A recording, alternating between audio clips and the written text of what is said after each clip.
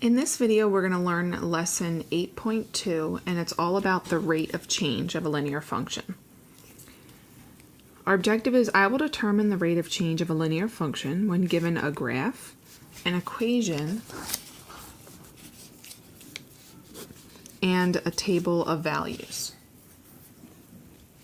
All right, so the key concept here is we need to know what is the rate of change. Well, the rate of change is the same thing as the slope. Okay, the vertical change over the horizontal change, it's the slope.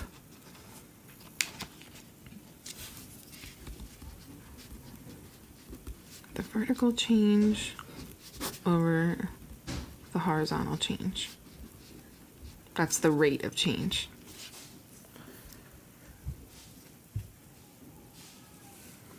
All right, example number 1 says, find the rate of change of the linear function that models the height of the zip line. Okay, so remember the rate of change is the same thing as the slope. When we're given a graph, the way that you find the rate of change, right? We'll think about how do you find the slope when you're given a graph. You have to look at the rise over the run between any 2 points on your line. Remember, this is a straight line. This is a linear function because it's a straight line and it passes the vertical line test. And because it's a straight line, the slope is going to be equal between any 2 points. It's always the same. All right, notice the line is going downward, right, when you're reading from left to right, the graphs, which means that our slope is going to be negative. Which makes sense, right? Because if we're talking about the height of a zip line, if you picture someone zip lining, the height, you can only go down because of gravity when you're going on a zip line. So it is going to be a negative slope. So now we have to figure out the rise and the run. The rate of change is the slope. So let's pick 2 points. All right. This is the point at 0, 250. This is your y-intercept. This means that the height was 250 feet above ground. And then this point right here is at, well, let's see, our scale. Every 2 boxes is 50 feet. So over here we're at 250, so go another 2 boxes. That's another 50. So this right here is 300. So my point right here is 300, and then my y value is 200. So this is the point 300, 200. All right, now we have to find the rise over the run. So starting here from the leftmost point, the rise, well, we're going down, okay? Notice our scale and our intervals here on our graph. It doesn't go by, the boxes don't go by ones anymore. So you really have to think about what is the rise here. Notice it's 2 boxes, but these 2 boxes aren't worth 1 each, right? To go from 250 down to 200, you have to think of the rise. Okay, well, you're subtracting 50 to go from 250 to 200. So the rise here is negative 50. You're going down 50 units. And then here, our run,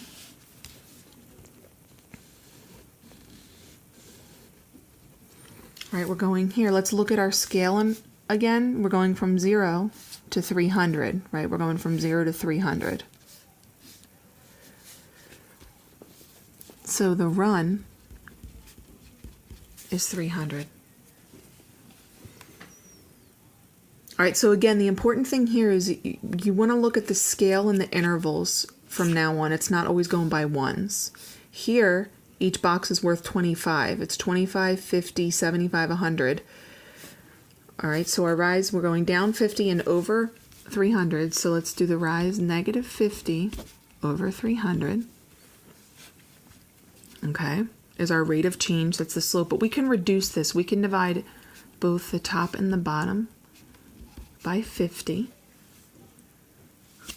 And so you get negative 1/6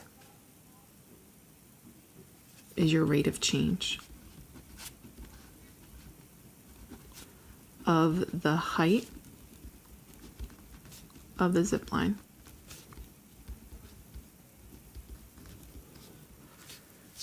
okay?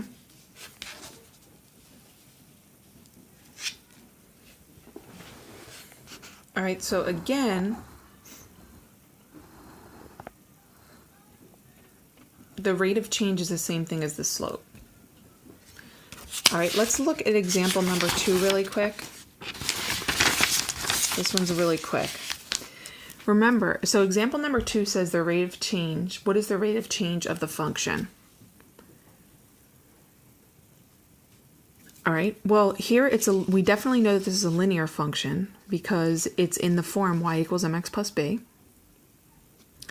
M would be 6, your slope, the number with the x, and your y-intercept is negative 15, the number not with the x. And remember, the rate of change is the same thing as the slope.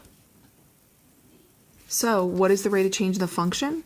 Well, the rate of change is the slope, and 6 is your slope. So the answer is 6. It's that simple. When you have an equation, the rate of change is the slope. Okay, now try the got it number 1 and number 2, and then you can watch the video to make sure that you have it correct.